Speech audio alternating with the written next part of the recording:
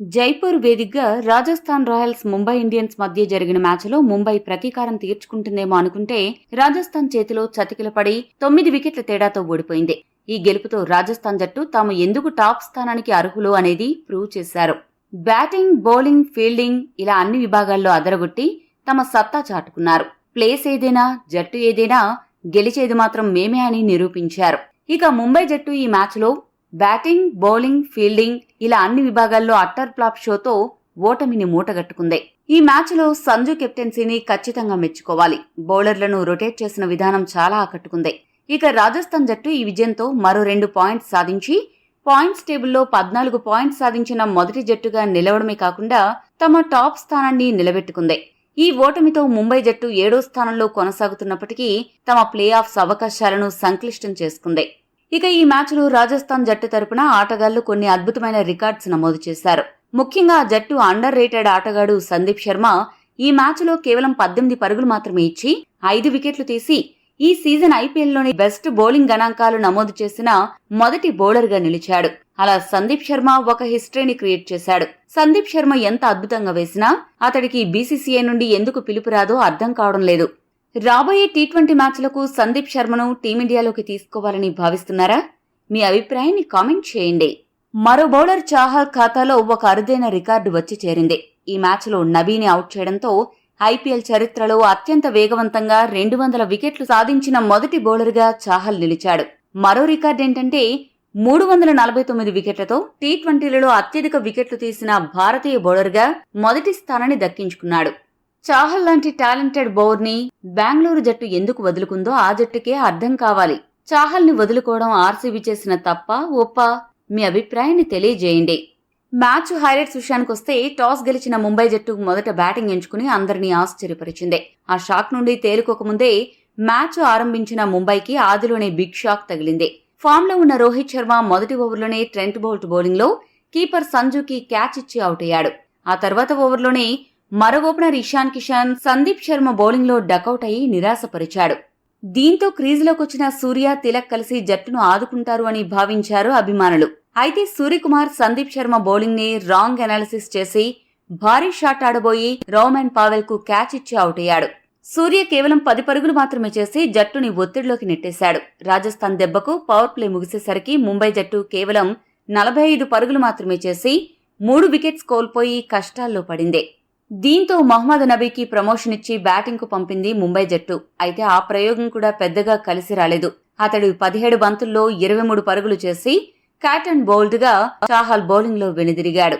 ఇక ముంబై కష్టాల్లో ఉన్నప్పుడు తిలక్ వర్మ, నేహాల్ వధేరా ఒక మంచి ఇన్నింగ్స్ ఆడారు. ముఖ్యంగా ఈ సీజన్ లో మొదటిసారి అవకాశం దక్కించుకున్న వధేరా 200కు పైగా స్ట్రైక్ రేట్ తో హిట్టింగ్ చేశాడు. మరోవైపు తిలక్ వర్మ అతడికి అండగా నిలుస్తూ వీలు చిక్కినప్పుడు బౌండరీలు, సిక్సర్లు కొట్టాడు. వీరిద్దరి భాగస్వామ్యం చూస్తుండగానే 99 పరుగులకు చేరుకుంది.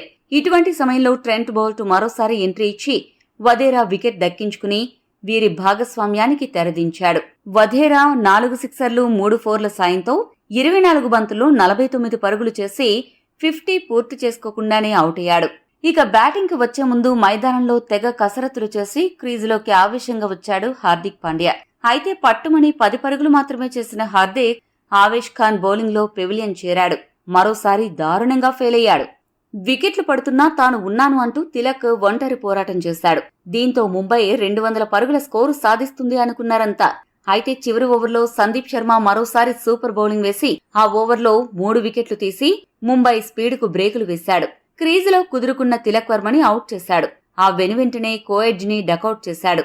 భారీ హిట్టర్ అయిన టీమ్ డేవిడ్ ని 3 పరుగులకే పెవిలియన్ పంపాడు. 18 పరుగులు మాత్రమే ఇచ్చి 5 వికెట్లు తీసిన సందీప్ శర్మ కేక పుట్టించాడు. ఇక 45 బంతులు ఆడిన తిలక్ వర్మ 3 సిక్సర్లు, 5 ఫోర్ల సాయంతో 65 పరుగులు చేసి జట్టుని ఆదుకున్నాడు. ఈ సీజన్లో జట్టుకి అవసరమైన ప్రతిసారి తిలక్ ఆడుతున్న విధానం మెచ్చుకోకుండా ఉండలేం. 20 ఓవర్లు ముగిసేసరికి ముంబై జట్టు 9 వికెట్లు కోల్పోయి 179 పరుగులు చేయగలిగింది. ఇక ముంబై ఇచ్చిన లక్ష్యాన్ని ఛేదించడానికి రాజస్థాన్ పెద్దగా కష్టపడలేదు. ఓపెనర్లు బట్లర్, జైస్వాల్ ఈ సీజన్లో మొదటిసారి 50కి పైగా భాగస్వామ్యం నిర్మించారు. ఎటువంటి ఒత్తిడి లేకుండా ముంబై బౌలర్లను కొట్టుకుంటూ పోయారు. పవర్ ప్లే ముగిసేసరికి 61 పరుగులు చేసి మంచి ఊపు మీద ఉన్న రాజస్థాన్ జోరుకి వర్షం అంతరాయం కలిగించింది. అరగంట అంతరాయం తర్వాత మొదలైన మ్యాచ్ని త్వరగా ఫినిష్ చేసే ఆలోచనలో 25 బంతుల్లో 35 పరుగులు చేసిన బట్లర్ పీయూష్ చావ్లా బౌలింగ్లో బౌల్డ్ అయ్యి అవుట్ అయ్యాడు. అయినప్పటికీ రాజస్థాన్ పరుగుల వేగం తగ్గలేదు. చాలా రోజుల తర్వాత ఫామ్లోకి వచ్చిన జైస్వాల్ పిచ్చకొట్టుడు కొట్టాడు. మరోవైపు ముంబై బౌలర్లు కూడా ఫీల్డింగ్లో లోపాలు చేస్తూ రాజస్థాన్ జోరును కట్టడి చేయడంలో ఫెయిల్ అయ్యారు. జైస్వాల్ ఇచ్చిన క్యాచ్, సంజు ఇచ్చిన క్యాచ్లను నేలపాలు చేసి వారికి అందివచ్చిన కొద్దో గొప్ప అవకాశాలను కూడా నేలపాలు చేశారు. దీనికి తోడు చాలా బంతులను దగ్గరుండి బౌండరీలకు పంపారు. ఇక ఈ మ్యాచ్లో జైస్వాల్ జూలు విదిల్చి సెంచరీతో సింహగర్జన చేశాడు.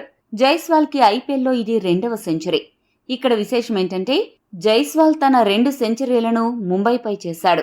అంతేకాకుండా ఐపీఎల్ చరిత్రలో 25 ఏళ్లలోపు 2 సెంచరీలు చేసిన మొదటి ఆటగాడిగా జైస్వాల్ నిలిచాడు.